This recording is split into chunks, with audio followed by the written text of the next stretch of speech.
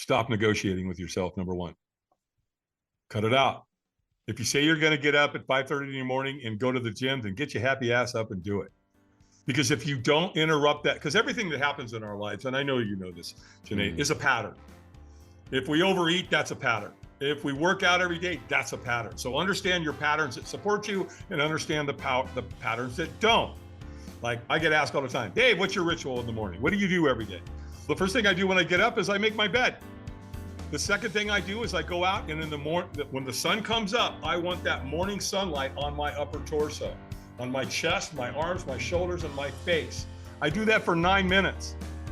And then I do 3 sets of 30 deep diaphragmatic breaths.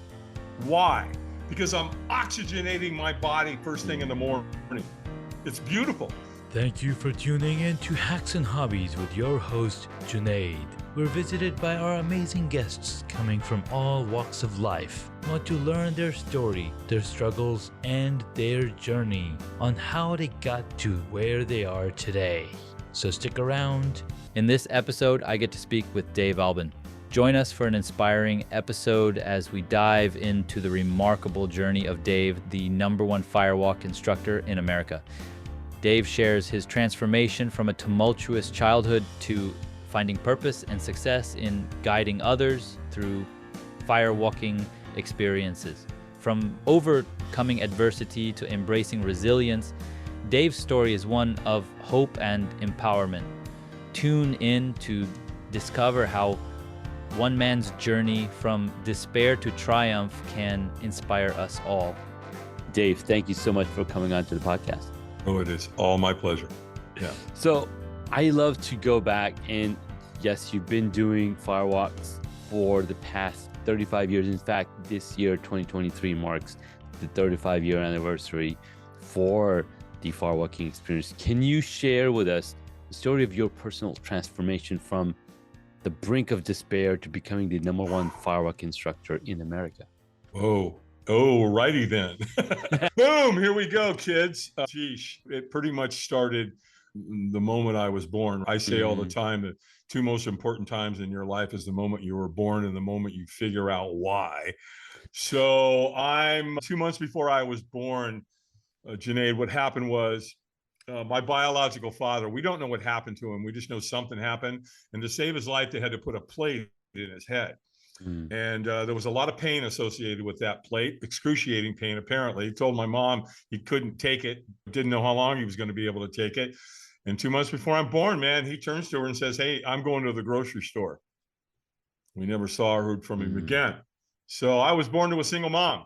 She had 2 other boys. We had another cousin and my grandmother. We were all living in a 1-bedroom apartment. Mom's working up the street at the Roosevelt Hotel in Hollywood, California. We're living very close to Hollywood High School. And so you'll hear me talk all the time about single moms, and that's because I love them and support them, and it's hard for them. And I know that my mother struggled greatly to try to feed six mouths. And she came from that kick butt era, right? I believe it's the greatest generation that ever walked the planet. The ones that came through the Great Depression, the ones who fought World War II. Back in the day, when all the men went off to war in World War II, some of the men in the Navy and the Marines were in the Pacific fighting the Japanese, and the Air Force and the Army was in Europe fighting the Nazis. So while the men were gone doing all that, guess what the women were doing? Everything, right? Everything else. Building Jeeps and tanks and munitions. And my mom was known as Rosie the Riveter. My biological mother was known as Rosie the Riveter. She worked for McDonnell Douglas. She built airplanes. She's out there on a wing, man, driving rivets, right? So they knew hard work, and my mom was no exception. And she was working her tail off at the Roosevelt Hotel as a server, but it wasn't enough. It's just she couldn't feed 6 mouths. And so she did a very loving thing. When I was 5 years old, she went to her oldest sister, Pat and Bob Albin, and said, will you guys adopt David? And they did. And so now they moved me from Hollywood to Long Beach. Talk about the perfect life. My dad's a highly decorated military career officer in the Army and National Guard. He'd worked in the Pentagon, pretty well known. And so we never needed anything. We had a nice house, food on the table, had a nice car, camping, vacations. It was wonderful until when I turned 11. Literally the first day of summer, 1960. 4. I'm 11 years old. The very first day of summer, mom comes and gets me. I'm up early. I'm in the TV room watching TV, eating Captain Crunch, right? And she came and got me and brought me in and set me down at the kitchen table and Bob and Pat were both there. And she put her hand on my hand. I'll never forget the look on her face. And she looked at me with tears in her eyes. And she said, David, we need to tell you something. And what we need to tell you is we're not your parents. Okay. What? Time out. What is that? What do you mean you're not my parents? That's like walking me outside and saying, hey, the sky's not blue. Yeah. It looks pretty blue to me. Yeah. Yeah. So that was a very interesting moment. And shortly after that, Janae, they started drinking. Now they had sworn off drinking when they adopted me at 5. And I don't know if it was the pressure. Kennedy had just been assassinated November of 1963. Dad knew a lot what was going on behind the scenes, the threat of missiles in Cuba and Russia. And the Cuban crisis was going on. So Dad was pretty stressed out. And maybe it was because they told me, I don't know. I don't know the answer to that. I don't know that I'll ever know. I just know they started drinking, and that got ugly real fast. So I watched these two beautiful people turn in. My mom was a friendly drunk, if you will. Dad, not so much. He was pretty violent. And so one day they went to the grocery store back in the 60s. You did that all the time. You could leave your kids home. Nobody cared. Yeah.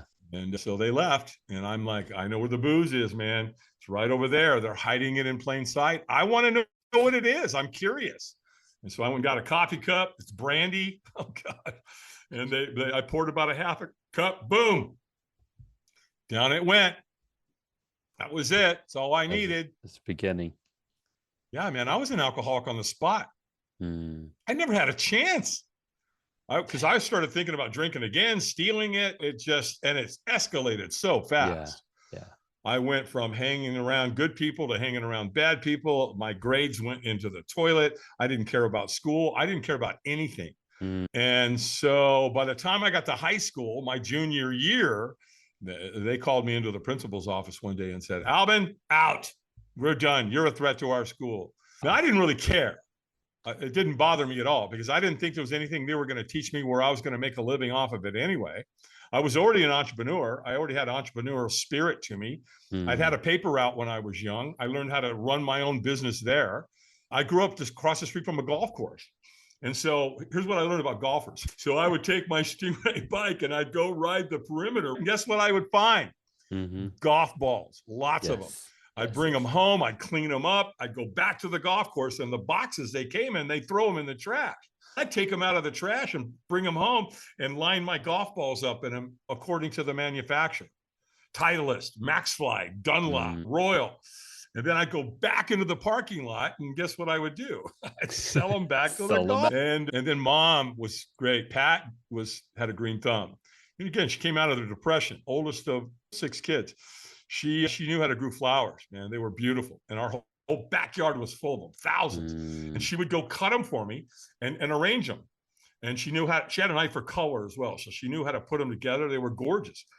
And she would actually take the flower and cut it at not at the end, but at an angle. And the reason she did that, she told me that would open up more surface area. So water would get up into the flower and it would last longer. Yeah. And then she would put them in a bucket and she would put 7-Up in it. Right in the water. And that would, the florist up the street, my flowers would outlast 2 to 1 minimum. So that was going on. And right when I got kicked out, I got a really good job. I needed a good job. By that time, I had a pretty ongoing habit. I was into speed. I was working nights and I bought a new car, a new Mach 1 Mustang. I moved to Belmont Shore, California, had my own apartment. Yeah, I was pretty much on my own, but it got worse. It just kept getting worse and worse and worse. And by the time I was in my 3rd marriage, I married her. She was a bartender. She had 3 kids. I loved her to death. I loved her kids. But they had to separate. I'm in the basement. They're upstairs to stay away from me because I'm dangerous. I'm violent. I'm drinking. I'm not a nice person. When I woke up on June 8th, 1988, that was all she wrote. That was threshold.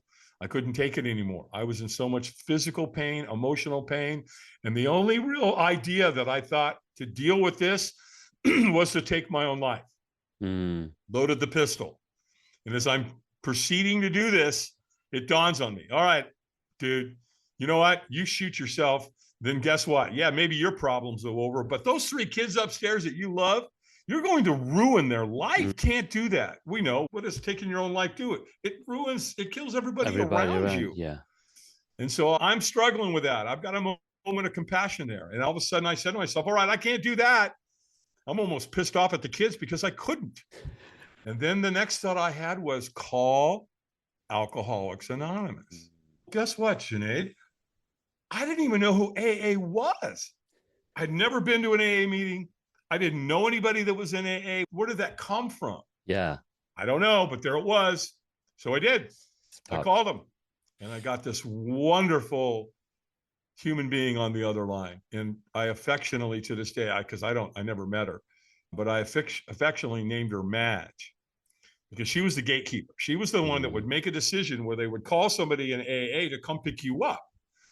And the reason I called her Madge is because she talked like this. she was probably smoking 2 packs of Pall Mall non-filters a day. Right? So she had this really raspy voice. Bless her heart, man. Saved my life. She sent a guy to come get me, pick me up, took me to an AA meeting that morning. I went to 4 meetings.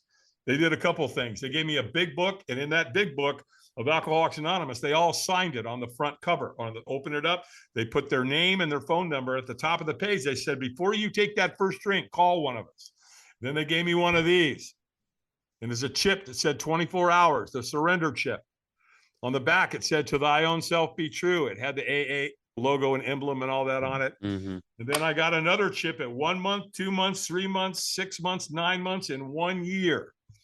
And then, as you said earlier, this last June 8th of this year, I picked up one for 35 years. Amazing. So it's stuck.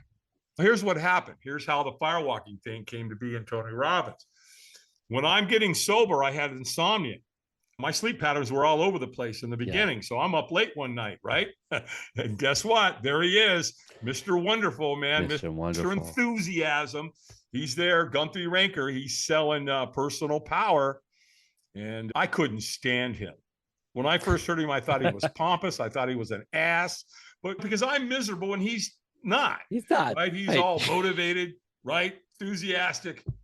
And so he was selling a program called Personal Power. 30-day program for total success, the man called it. And I'll tell you, he got me to buy the program because of 2 things. One, he said, we'll do more to avoid pain than we will to gain pleasure during that presentation.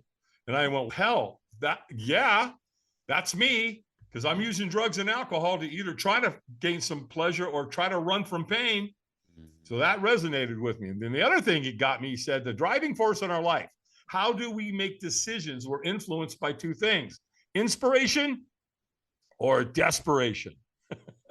And I was pretty desperate. So anyway, I bought it. They sent it to me. It came on these little white things called cassette tapes. Cassette tapes, I remember. 8 tracks, right? Reel to reel. Reel to reel. And it's funny, man. Some of your listeners, some of your viewers aren't going to know what cassette tapes are, man. So anyway, I plugged them in. I did what the man taught me to do. I went all the way through the program and it worked. And then I ended up loaning it to a buddy of mine in AA, Dan, who I just lost about 2 weeks ago. Oh, so sorry. Oh yeah, it's sad.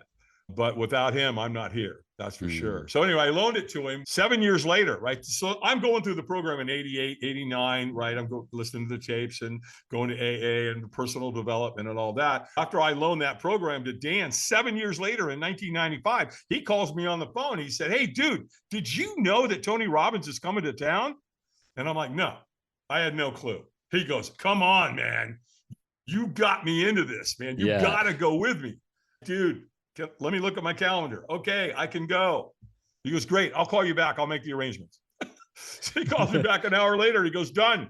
We pick up the tickets at will call. They told us that we need to drink a lot of water. We need to stay hydrated through this 4-day event. Bring snacks because we're going to spend a lot of time in the room. Right? I'm laughing, and anybody that's been to a Robbins event knows why I'm laughing. That's an understatement.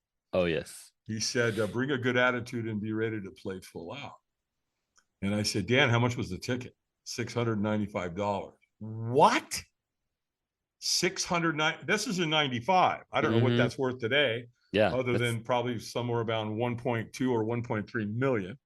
Oh, and as you get off the phone, he goes, hey, by the way, I want to make sure I let you know that we're going to be doing a firewalk. I'm like, what? I'm not saying anything, but my brain went, no, absolutely not. We're not doing that. Because up until that point, here's what I can tell you. Fear had controlled everything I said and did. It influenced everything. Because fear to me was forget everything and run, opposed to maybe face everything and rise. So, yeah.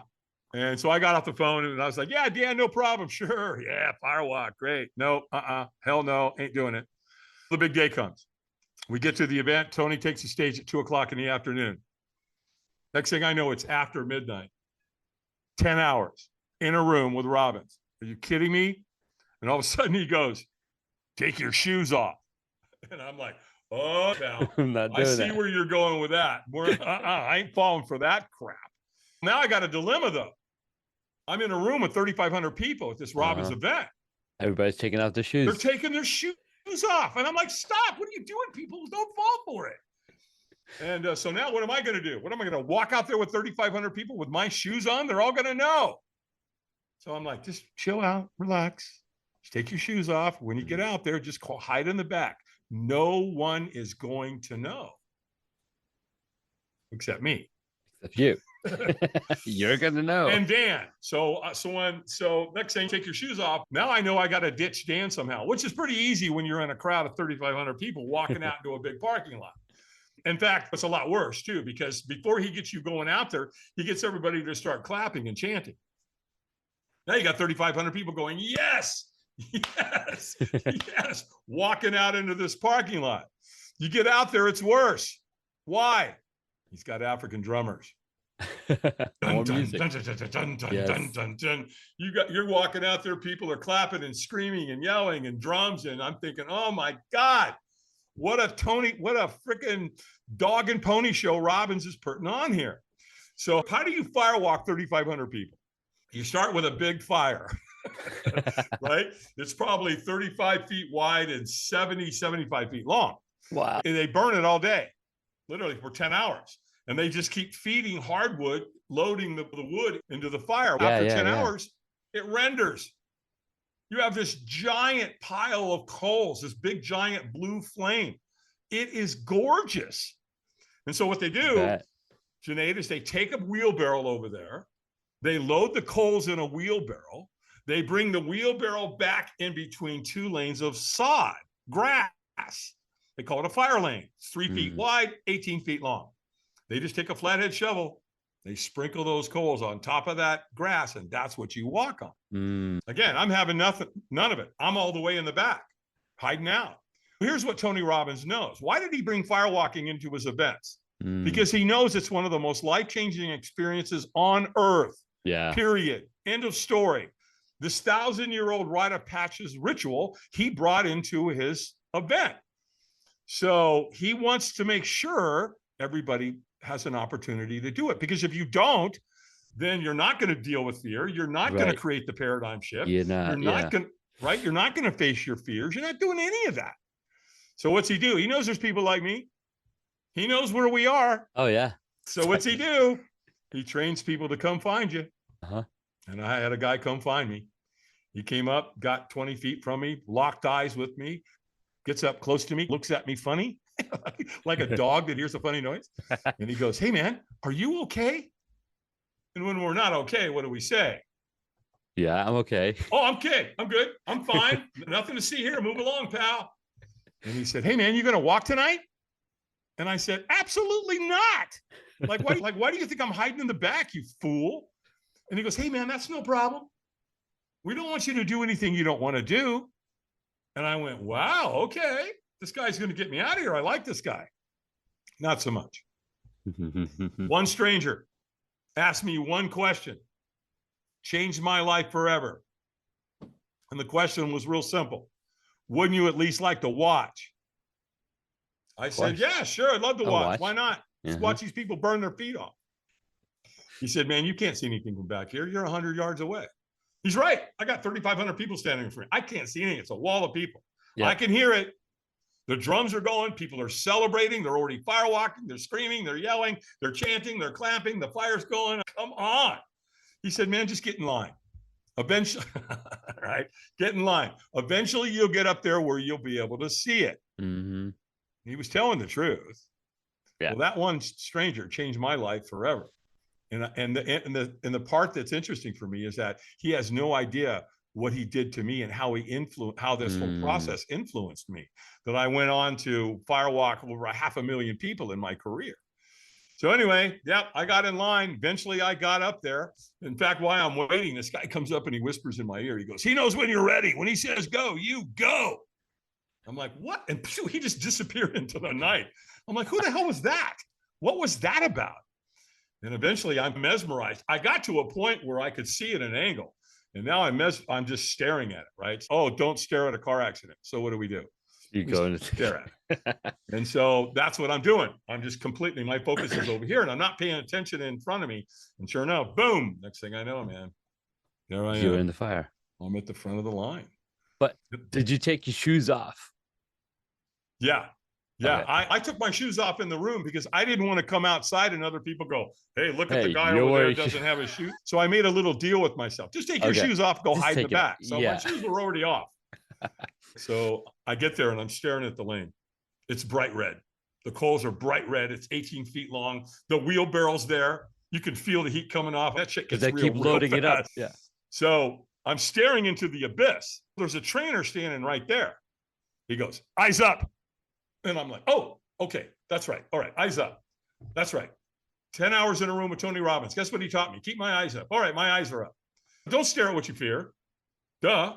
And all of a sudden the trainer goes, squeeze your fist and say yes. And I went, yes. And he went, stronger. And I went, yes. And he knew I was leaving it on the table. He knew I was not in 100% peak state. He screamed at me, stronger. I threw my hands in the air. I'm pissed, right? Fight or flight. And I threw my hands in the air and I screamed yes as loud as I could. And he goes, go. Boom. I took off. Remember the guy came up, said, whispered in my ears, he knows when you're ready. When he says go, you go. I went. Here's the first thing I learned about firewalking. When you take the first step, oh, you'll take the second, third, fourth, and fifth. I promise you. When you get to the end, they stop you and they're like, stop, wipe your feet and celebrate. And I'm celebrating and I'm wiping my feet. And all of a sudden it dawns on me. I burnt myself really bad. And so I look at my foot and it's dirty, but there's no burns. There's no burns. I'm making it up in my head. What's my other foot? No, it's dirty too, but there's no burns. And so in that moment, here's what I can tell you. I'm down there with 3,500 people. They're all jumping up and down. They're celebrating. It's exhilarating.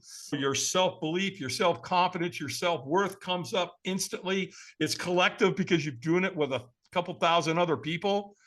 It's, okay, where's the bus? Let's get on the bus, people. Let's go climb Everest. What's next? That's how you feel. Yeah. It's phenomenal. The interesting part was the next day.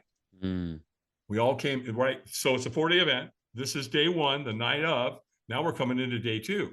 So we're standing there in the foyer getting ready to go into the venue. And to this day, Junaid, I don't know how to explain it. I've never seen or witnessed anything like it in my entire life. Yeah. People were getting along humanistically the way we're supposed to. 2020 shredded us, right? This is the total polar opposite of what happened in 2020. Instead of arguing and not getting along, we were treating each other with love and kindness and respect. We did something the night before that was extraordinary, and we all knew that, right? So we're hugging and people are crying and they're laughing. And it's such a beautiful thing to witness and be part of.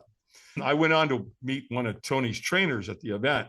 And I'm talking to him, man. I'm like, dude, you get to do this all the time, don't you? He goes, I sure do. He goes, that must be awesome. He said, well, you can too, possibly. I'm like, what are you talking about? He goes, you see all those people standing over there with the black shirts and the pink writing on the back? Yeah. He goes, they're volunteers. So they were just like you. They came to an event. They filled out an application. So when you get home, call Robbins Research, ask them for an application to volunteer crew. They'll send you one. Fill it out. Let's see what happens. Sure enough, I did it. 9 weeks later, got a letter in the mail. Dave Albin, congratulations. You've been selected a crew with the Anthony Robbins companies. And there I am, man. My foot's in the door. And when they look at your application, they know where they want to put you. I had a security background. and I had a military background. So they wanted to put me on the security team to help take care of Tony's celebrities. I also lived on a farm. So I knew how to split wood. I knew how to run a log splitter. I knew how to run equipment, et cetera. So they put me on the fire building team. That's exactly what I wanted. So I volunteered 5 or 6 times. By the way, I'm spending my own dime. That's on my own dime. I'm spending $1,500 to $2,000 every time I do that. Yeah. My wife's not happy. She's like, who the hell is this Tony Robbins guy that you're spending $2,000 every other month to go hang out? And she was right. Absolutely. The beauty is right after that, they offered me a subcontracting position in like 1995, 96. And so when they did that, now they're paying my way, and they did a really smart thing. They gave me a ticket. I took my wife to the next one. And when she went through the program on that night when we graduated, she graduated, we were walking on the beach. She goes, okay, I get it. I drank the Kool-Aid. This guy's pretty awesome. You want to run with this dude? You want to work with him? Yeah. I support you 100%. And that's really how she opened the door for me. And then in 2003, Tony offered me the captain's position. That was the big one. Wow. That's when I took over all of Tony's firewalks globally. He also paid, because I was homeschooling at the time, he paid for my kids to travel with us, which was a dream come true.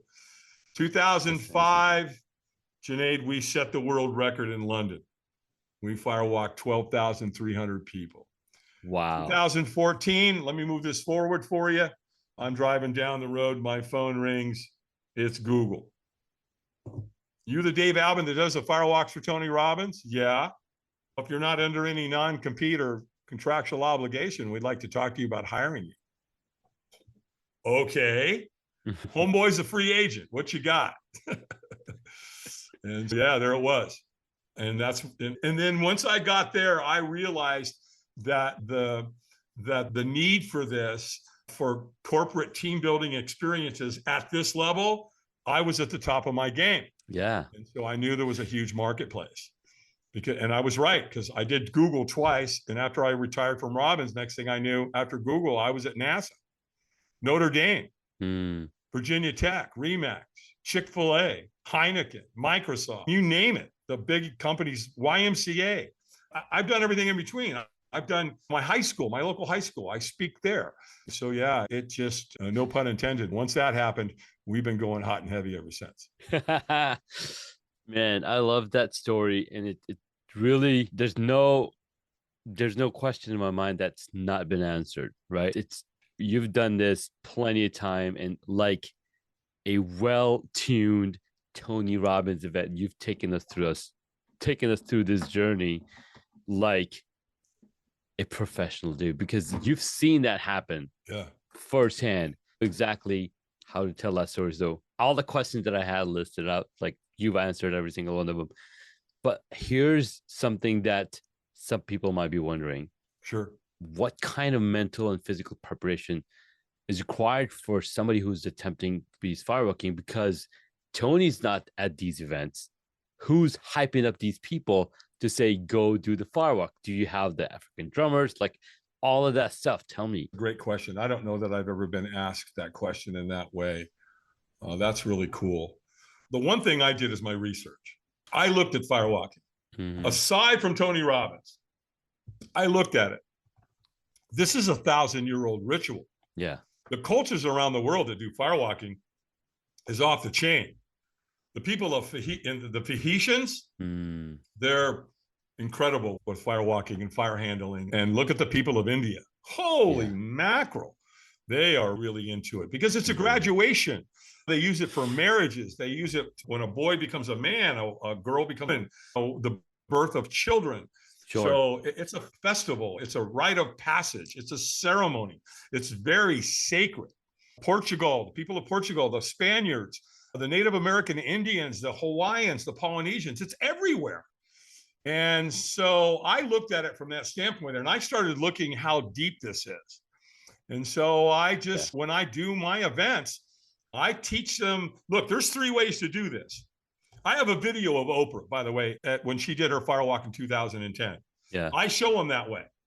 I'm like, look, this is the way we did it at Tony Robbins. Here's Oprah. Take a peek at how she's doing it. If you want to do it that way, great. When you go out there, I'll help you do that because I'm right there with them. I walk with every single client. Wow. Then I also teach them, look, that's not how I live up here in the Appalachian Mountains in the northwestern part of the state of North Carolina. The Cherokee Indians did firewalking up here. That's not how they did it. They do it this way. So I show them, I give them options. The bottom line is this: just bring your full intention to the fire. Keep your ego in check because the fire, I don't know how the fire knows. I just know it knows. And I know that because I've walked to 500,000 people. Yeah. I can look at them when they're standing there getting ready to walk and they've got this fear on their face and the apprehension. And all of a sudden, boom, they go. And then they get to the end and then I get to see their face there. So their whole life changed in 4 seconds. Beautiful. The other thing that I did is I add the board break to the process. Cha-chink. And here's why I did it. Board break, martial arts, right? People know, most people know about board breaking. You break it with your bare hand. I have them write something on front of the board that they want to move towards. I have them write something on back of the board they want to move away from. I have them write anybody's name on the board they're in conflict with. That's really important because if you're walking around the world and you're angry at somebody, that's got to go. It's got to go. Don't carry that into your future. If forgiveness or reconciliation is part of that relationship, it ends tonight. You're going to offer it to the fire. And then to create the rite of passage, I have them write anybody's name on the board that they've lost. So we get them all ready. I do inside the room. I actually firewalk them in the room and I simulate it. Just act as if, because your brain doesn't know the difference. You're just going to stand there by your seat and walk in place. And I'm going to get them ready to do that. So when they get them outside, then we've got the board break station.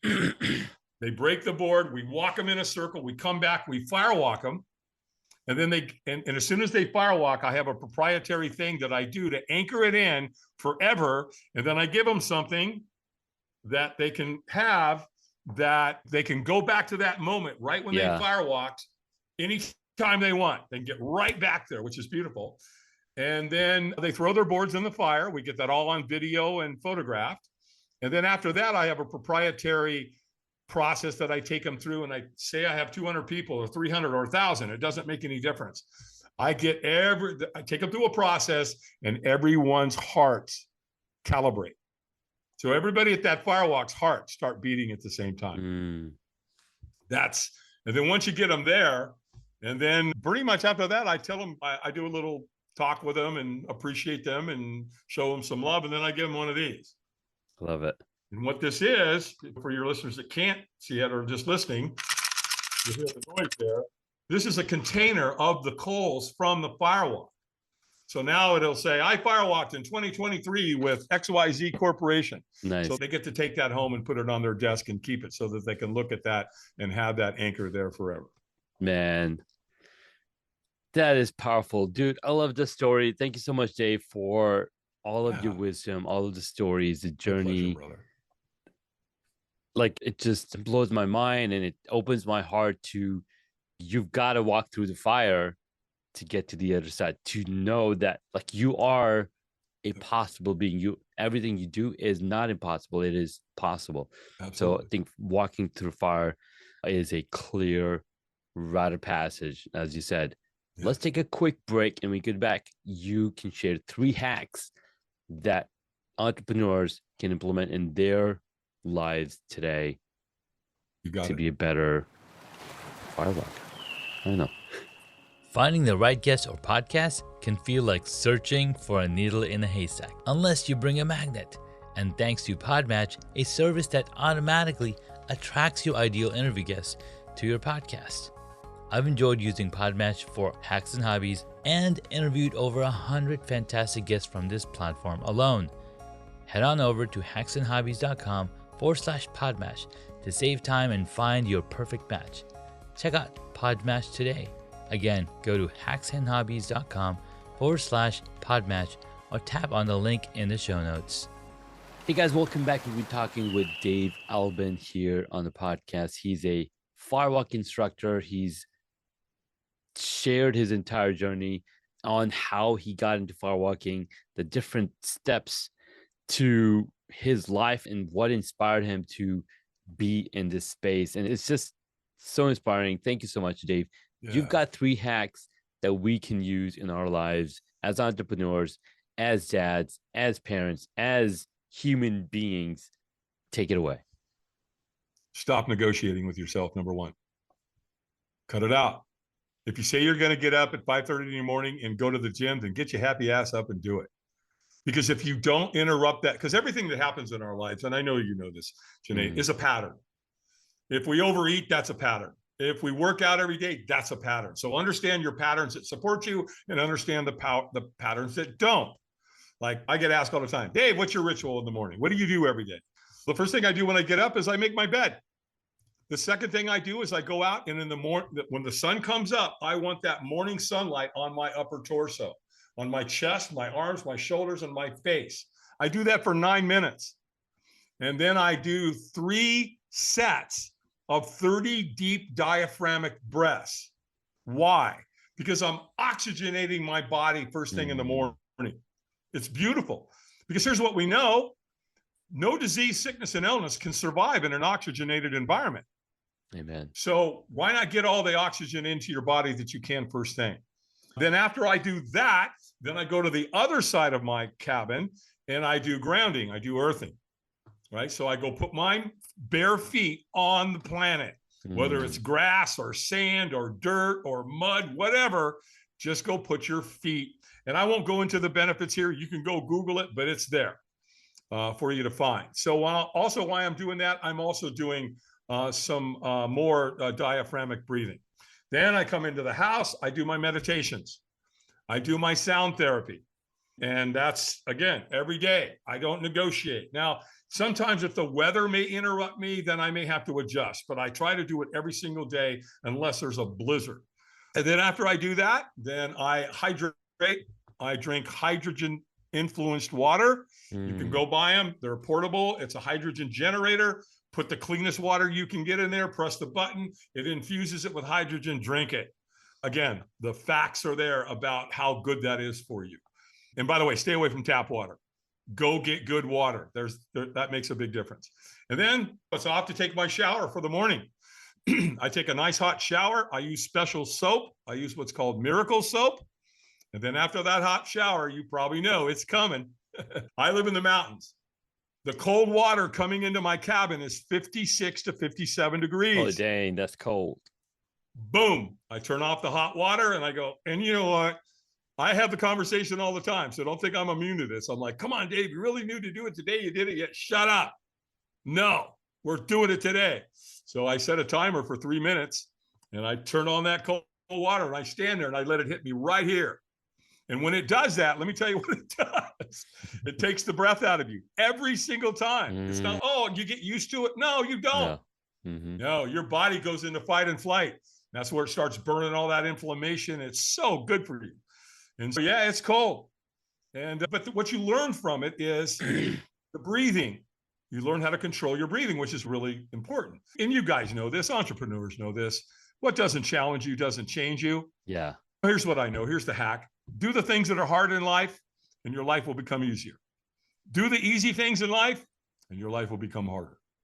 And then finally, one of my mentors told me, and I live by this creed, and that is, again, I said it earlier, the 2 most important times, the moment you were born, the moment you figure out why. But what my mentor told me one time was, he goes, Dave, here's what I want you to know. Every human on this planet has 2 lives. And the second one starts when you realize you got only one. Amen. Yeah. Amen. Dude, those are some powerful hacks. Stop negotiating yourself. Do the things that are hard in life and realize that you only have one life to live. That's it. Man, powerful. Dude, I am totally pumped up. I can't wait to go take that hot and cold shower because I love the way you're doing it, right? Because you're saying take the hot shower first. Yeah. And then take the cold shower. A lot of people are like, hey, just take the cold shower. But depending on your body structure and what you've done previously, you want to make sure you regulate it because you might pull a muscle if you go directly into the cold. And again, and I want to bathe up. I want to wash my hair and I want to clean my body and do all that. And again, I use special soap so I don't have the chemicals. And then after that, it's okay, shut it down. Set it up. Set your timer. Here it comes. Boom, right there. And I don't want to say, I'm not going to tell your audience that it can get a little easier. Sure. And I wouldn't recommend 3 minutes to beginning. Mm-hmm. Start off with a minute. Yeah. If your water's cold enough, again, I've got mountain water coming into my house, to my cabin. I'm fortunate there. But man, if it takes your breath away, it's cold enough. That's what I'll tell you. Perfect. All right, man. Let's jump into our rapid fire questions. Ooh, sure. Fire. Number one, what is the one hobby that you wish you got into? I did get into it. I just never really perfected it. And that's playing a musical instrument, definitely playing guitar. I'm pretty good. I can sit in a group of people and go along with chords, but I had a skill there. I could have been much better because I had such a great ear for music. Nice. I love it. Next up, what did you want to be when you were a child?